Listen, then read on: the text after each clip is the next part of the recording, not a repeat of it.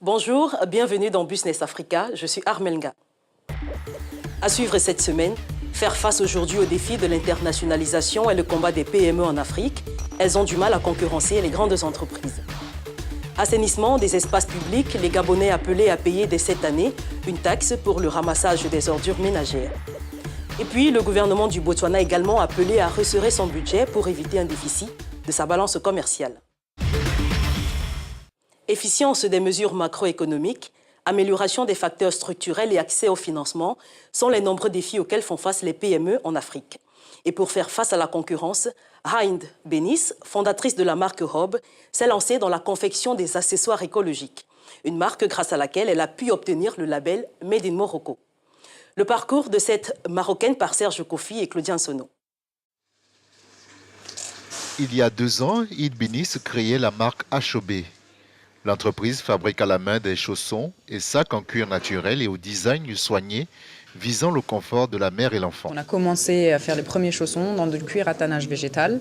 Et la nouveauté, là, c'est qu'on a développé le premier chausson en cuir d'ananas, donc qui est celui-ci exactement, qui est un cuir, une matière 100% végétale, qui est totalement respectueux et de l'environnement, et aussi en termes de sécurité, il n'y a pas de produits chimiques qui sont utilisés pour le traitement. La confection d'un accessoire demande de la patience et de nombreuses mains expertes, du découpage au montage en passant par la teinture et la finition. Pour les sacs et les chaussons, les étapes restent globalement les mêmes. La marque ne veut plus jouer à domicile, elle veut aller à la conquête des marchés internationaux.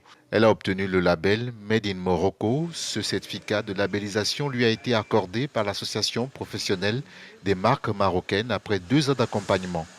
Un premier pas vers la commercialisation à l'international. Nous avons pu accompagner Hind Benis, qui est la porteuse de ce projet, dans le cadre de la structuration, du lancement, du design, de la détection des marchés cibles, mais aussi dans le cadre de développement de son chiffre d'affaires à l'export.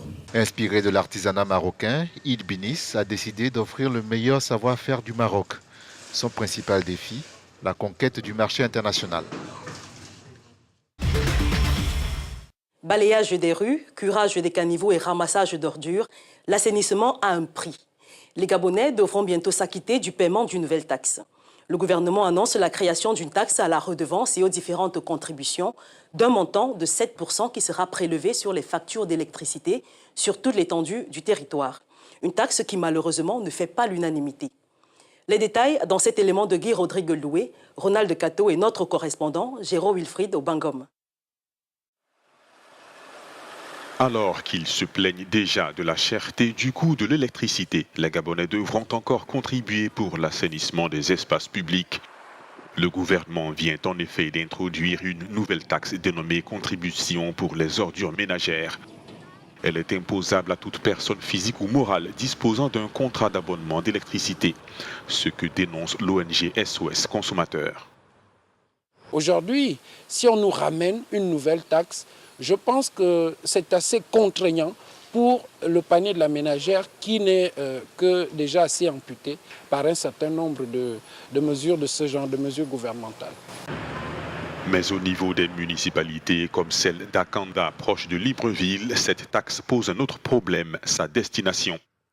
Pour être clair, la taxe prélevée à Akanda devra être versée à la commune d'Akanda pour servir au ramassage des ordures, au traitement des ordures, au reculage des caniveaux d'Akanda et aux voiries urbaines d'Akanda. Dès lors que c'est une compétence locale, cette taxe doit être une taxe locale. Il existe également une autre crainte, l'utilisation de ces fonds par le gouvernement gabonais pour réduire son taux d'endettement estimé à 27 millions de dollars. Pour en parler, retrouvons Jean-Gaspard Toutoumaï depuis Libreville au Gabon. Bonjour Monsieur Toutoumaï, bienvenue dans ce programme. Bonjour Madame. Alors, on apprend que le Gabon veut imposer une taxe sur l'électricité. On parle d'une contribution sur les ordures. Première question, d'où sont issus les fonds alloués à la collecte des ordures? Pour le moment, au Gabon, la collecte des ordures est financée par le budget général de l'État, donc par l'ensemble des impôts et taxes qui existent en République gabonaise jusqu'à maintenant.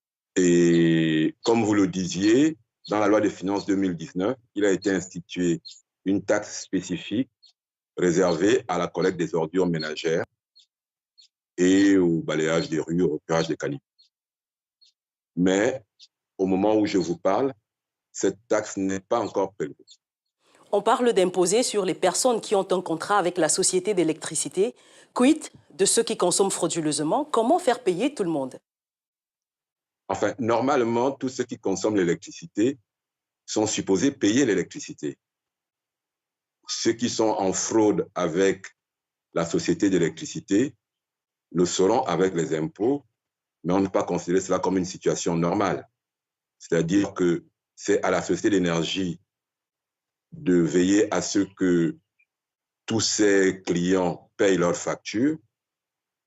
Et c'est tout. Je ne pense pas que ça puisse être un problème. On ne pourra pas dire qu'on ne peut pas mettre en place une taxe au motif qu'elle est assise sur une consommation qui peut faire l'objet de fraude. Même lorsqu'il s'agit d'impôts, il y a des gens qui fraudent l'impôt. Donc, mais ils sont en marge de la loi, donc ils sont des justiciables potentiels. L'État doit payer près de 28 millions de dollars de dettes. Pensez-vous que cette taxe, en cas d'entrée en vigueur, permettrait de la solder rapidement? Sera-t-elle efficace en fait? Non, il faut distinguer deux choses. Hein. On n'institue pas une taxe pour rembourser une dette. Si l'État doit de l'argent aux entreprises qui s'occupent du ramassage des ordures ménagères à Libreville et à son agglomération, il faut que l'État paye. Cette taxe, elle est instituée pour payer les charges à venir courantes.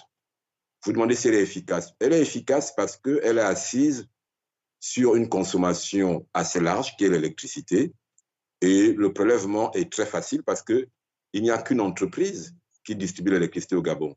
Donc c'est cette entreprise qui va récolter la taxe. Par contre, et je l'ai dit à plusieurs reprises, ce qui est risqué et gênant dans cette taxe, c'est que je ne vois pas pourquoi elle sera reversée au budget général de l'État. La compétence en matière de ramassage d'ordures ménagères est une compétence locale des communes. Je pense que le produit de la taxe devra être versé directement aux communes si on veut que la taxe soit efficace et acceptée. Parce que ce qui compte à la fin, c'est le consentement à l'impôt. Il faut que les contribuables aient le sentiment que la taxe qu'ils vont payer pour le ramassage de leurs ordures sert effectivement au ramassage des ordures dans leur commune. Il y a du mécontentement signalé. La population se plaint déjà d'un contexte économique peu avantageux. Y a-t-il des niches inexploitées et susceptibles de faire entrer des fonds à l'État? Si oui, dans quel secteur? Non, là n'est pas le problème. Le mécontentement vient de ce que, au fond, tout à l'heure, je parlais du consentement à l'impôt. Les citoyens sont disposés à payer des impôts dès lors qu'ils ont le sentiment que le produit de ces impôts sert effectivement au fonctionnement de leur pays et à la résolution de leurs problèmes. La difficulté aujourd'hui, c'est que les Gabonais sont en droit, et à juste titre, de se demander où va le produit des impôts qu'ils payent. C'est de là que vient le mécontentement, en disant on en paye déjà sans en voir les effets dans nos vies, à quoi cela sert-il d'en payer plus? Le problème, il est là, et il n'y a pas de niche en tant que telle. On a beau vouloir rechercher des niches, elles ne serviront pas à résoudre les problèmes parce qu'aujourd'hui, je pense que les impôts et taxes que payent les Gabonais sont suffisants pour résoudre les problèmes qui se présentent au Gabon. Merci Jean-Gaspard Ntoumayi pour ces éclairages. Je rappelle que vous êtes le commissaire national en charge du budget à l'Union nationale du Gabon. C'est moi qui vous remercie, madame. On marque une légère pause et nous irons au Botswana, dont la croissance économique est au rouge.